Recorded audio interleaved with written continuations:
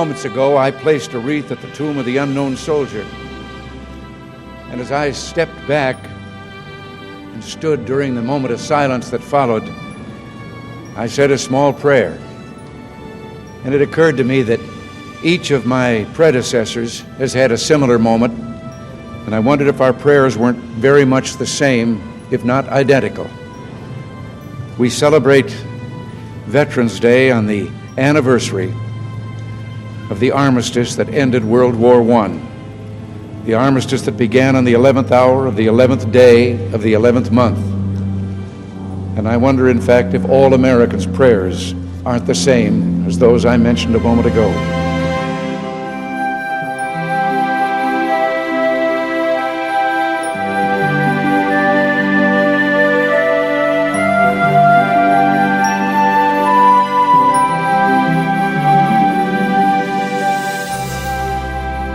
Good morning, and welcome to the 2025 Lynbrook Veterans Day Memorial Service. I'd like to begin today's service by inviting up Tony Ann Butler to sing our national anthem.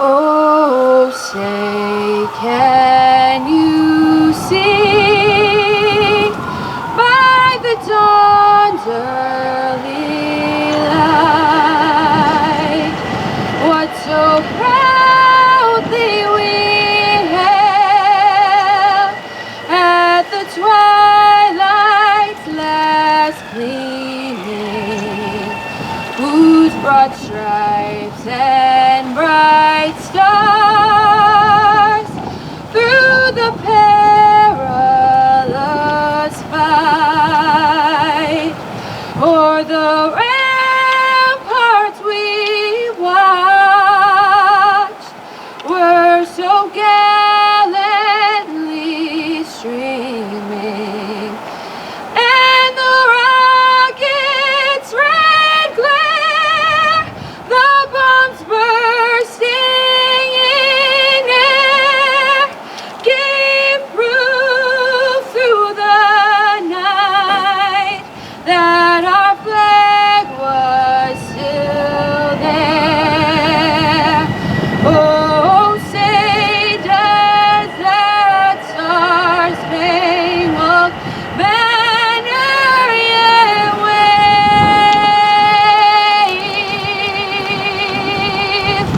o'er the land of the free and the home of the brave? I'd first like to welcome some of the people we have in attendance, specifically Anthony Samuel, the post commander, and his members of the Lynbrook American Legion. We also have the detachment commander, John O'Doherty, and the rest of the members of the Marine Corps League Western Detachment. Mayor Alan Beach and members of the Lynbrook Board of Trustees, thank you for coming out and showing your support. To Brian Palladino, the Lynbrook PBA, and the rest of the Lynbrook Police Department, thank you again for all your support. Seems you guys are everywhere lately, and we appreciate it. Thank you. We'd also like to thank Phil Healy and the entire Public Works team that helped put all this together and does a lot of the behind the scenes. I'd also like to thank the community at large for all your support, not only for the veterans, but every time there's a family or a member of our community in need, this zip code, this community at large seems to rally together. I now invite Mayor Alan Beach to say a few remarks. Thank you, Kevin. Today, communities across this country will thank men and women who served and continue to serve in our armed forces.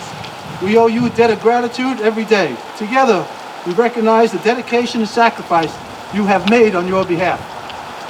You have defended our country's rights and freedoms. We realize and greatly respect that military service is a lifetime commitment to duty and service to our country. Your commitment to our country is evident through your leadership, your work ethic, your devotion, and we enjoy the freedom we exercise our rights, and we have the opportunity to pursue those goals in life because of your efforts. A veteran has stepped forward to help us and make sure that we have those goals. You are the strength of our country. Veterans have served us when our nation is called, and in turn we must support and give recognition to you and ensure that your legacy continues. This country owes you a massive debt. You deserve our utmost respect. Thank you for everything you do. God bless you, and God bless America. Thank you, Mr. Mayor. Good morning. Today we gather not just to mark a date on the calendar, but to honor a promise our nation made to those who wore the uniform. We will remember you. Veterans Day is a time to reflect on the courage, sacrifice, and unwavering commitment of the men and women who have served on our armed forces. From the muddy trenches of World War I to the deserts, mountains, and seas of today's missions, our veterans have stood watch over freedom, often at great personal cost.